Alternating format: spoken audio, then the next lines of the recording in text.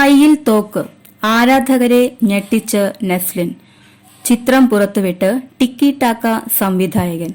ടിക്കി ടാക്കയിലെ നെസ്ലിന്റെ കഥാപാത്രത്തിന്റെ സൂചന നൽകി ആരാധകരെ ഞെട്ടിച്ച് സംവിധായകൻ രോഹിത് VS. കയ്യിൽ തോക്കുമായി കടൽ തീരത്ത് നിൽക്കുന്ന നെസ്ലിന്റെ ചിത്രമാണ് സംവിധായകൻ പങ്കുവച്ചത്. നഷ്ടങ്ങൾ അവന്റെ കയ്യിലൊരു തോക്ക് നൽകി, സ്നേഹം അവനെ ഒരു പുരുഷനാക്കി എന്ന അടിക്കുറിപ്പോടെയാണ് രോഹിത്തിന്റെ ഇൻസ്റ്റഗ്രാം പോസ്റ്റ്.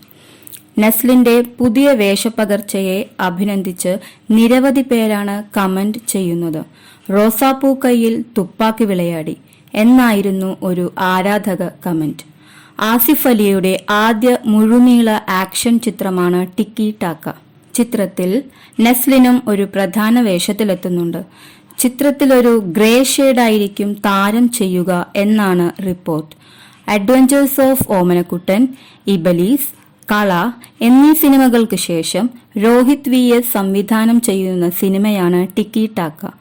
ആക്ഷന് പ്രാധാന്യം നൽകിയുള്ള ചിത്രത്തിൽ ഇന്തോനേഷ്യയിൽ നിന്നുള്ള ഉദയനൻസ് എന്ന ഫൈറ്റ് മാസ്റ്ററാണ് സംഘട്ടന രംഗങ്ങൾ ഒരുക്കുന്നത്.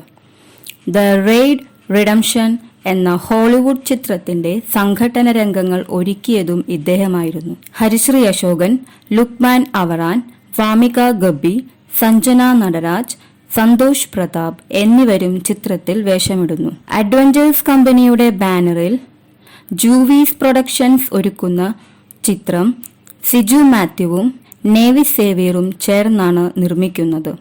നിയോ കൃഷ്ണ, ഫിറോസ് നജീബ്, യദു പുഷ്പാകരൻ എന്നിവരുടേതാണ് തിരക്കഥ.